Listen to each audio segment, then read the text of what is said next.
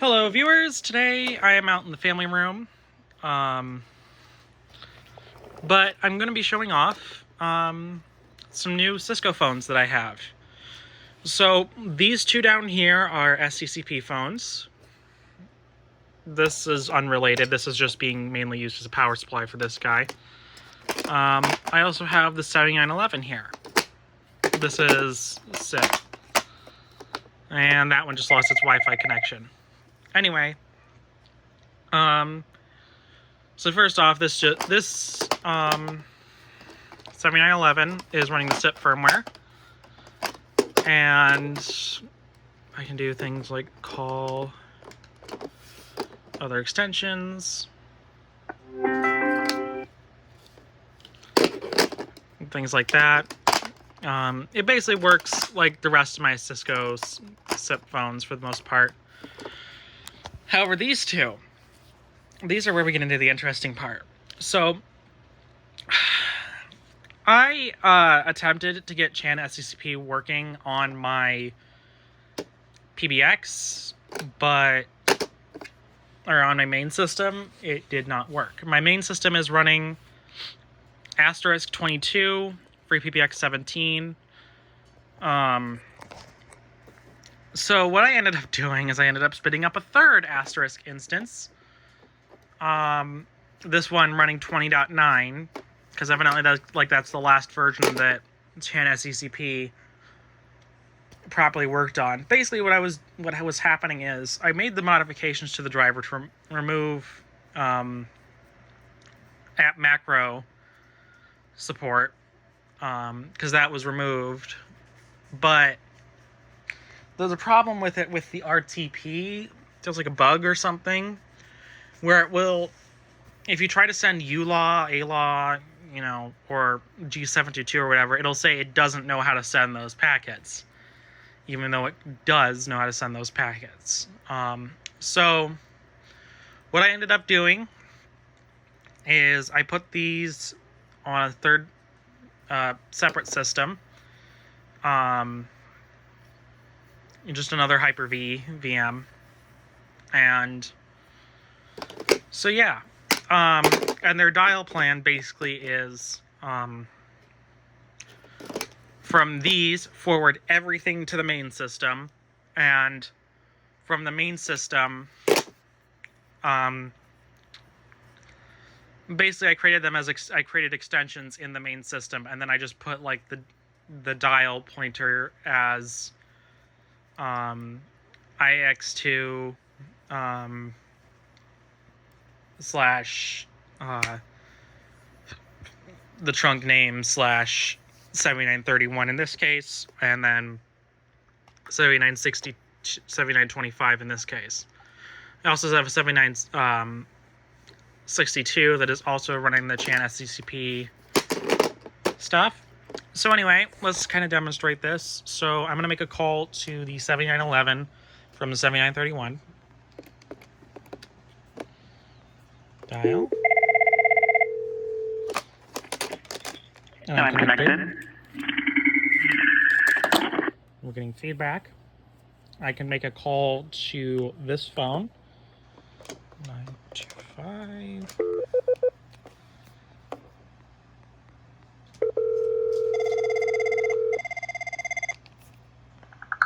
And I'm connected.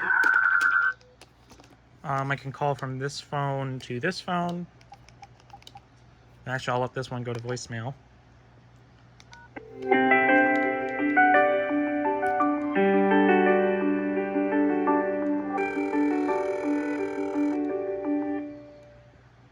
Oh, and look, that light's working. It's been having issues.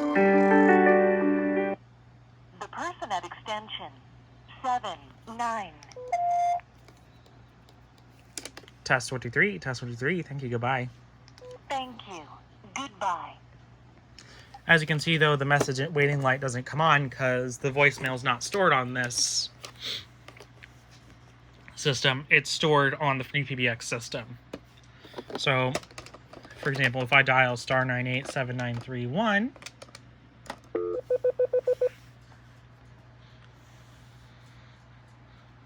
Password. and I enter the password, You have one new message. Press 1 for first message.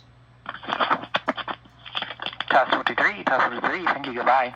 Press 3 for advanced options. Press 5 to message delete. No more messages. Goodbye. So yeah, message waiting indicators don't work. BLFs don't work because, you know, separate systems. However, things like, and I think auto answer doesn't work. However, I can still use, I can still do this. 8862. And go on and page. And I did get paging figured out on the Cisco phones, so I just created a separate context in the FreePBX system where I defined it. So basically, I do 80, 886, and then the extension, and it takes that variable and then pipes it into it takes the extension variable and pipes it in, and then so like 808862 would then go to SIP 8862, or 818862 would go to 8862 with two-way voice enabled. So if I do 818861, no, not 818862, I have two-way voice. And I get feedback.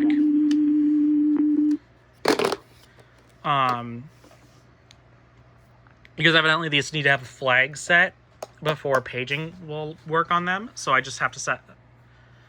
Now, it isn't like the other paging where it's basically just a conference call that's initiated.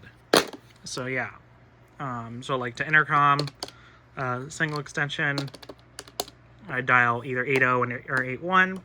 And I also have a paging group set up to page my Cisco phones in my room. And that's just one-way voice. But anyway, so like this phone, something I like about this phone is compared to the 7961, it actually has a list of what are assigned to these buttons. So as you can see, there's a list here. So like, you know, applications, directories, headset, and then messages. Password. But anyway, but these are also able to be dialed through FreakNet, so I can demonstrate that quickly.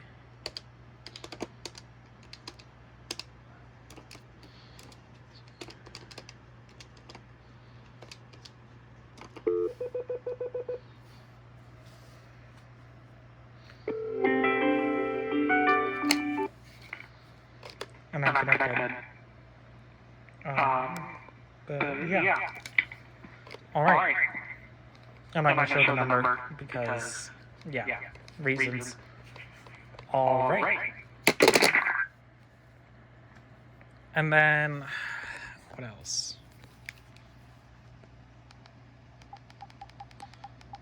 Sorry, I'm kind of sitting in like the clean sock pile down here. But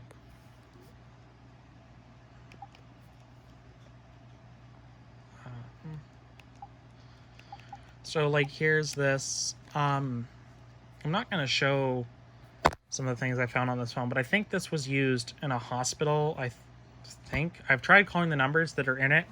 They seem disconnected, so I don't know. But they didn't wipe this when they sold it, and the battery in this is also shot. And then another fun thing was finding a USB micro B or mini B cable, because for some reason all of those have disappeared in our house. If you look at this at first, you wouldn't think it's mini B, but it is mini B. I just have this mini B cable here that I just plug into it, and then it just lights up and charges. But anyway, so yeah, that is kind of my newer Cisco, my newly acquired Cisco phones, at least some of them. 7925, 7931, and 7911. And then also starring in this is the 8861 V16, I think, or the more modern versions. Yep, the V16 with a good amp and DAC and stuff. All right. Thank you for watching. If you have any questions, you can leave them in the comments down below. Hopefully, I don't know, because the chan-sccp driver hasn't been maintained in a while. So, yeah. That's why it has problems. So, for now, this is kind of what I have set up. I would like to be able to see if I can get at least the MWIs to sync across the systems. Because I basically just have a friend in the system. I just have them set up as, I think, set up as friends as the type in the IX2 configuration. So, I don't know. At least I can dial from these, and I can get calls out of these, and get calls into these. That is my main success point right now. Anyway, thank you for watching, and have a good day.